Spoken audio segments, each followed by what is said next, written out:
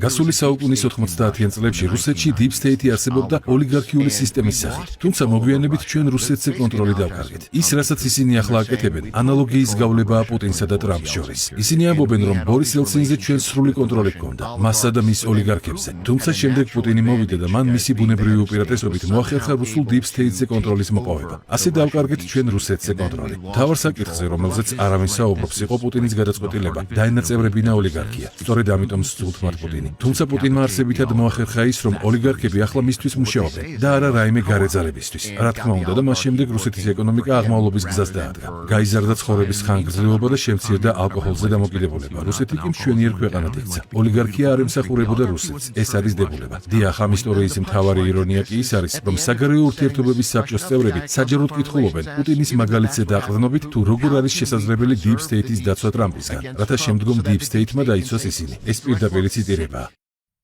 გამოიწერე და გაიგე ამბები ლიბერალური ცენზურის გარეშე.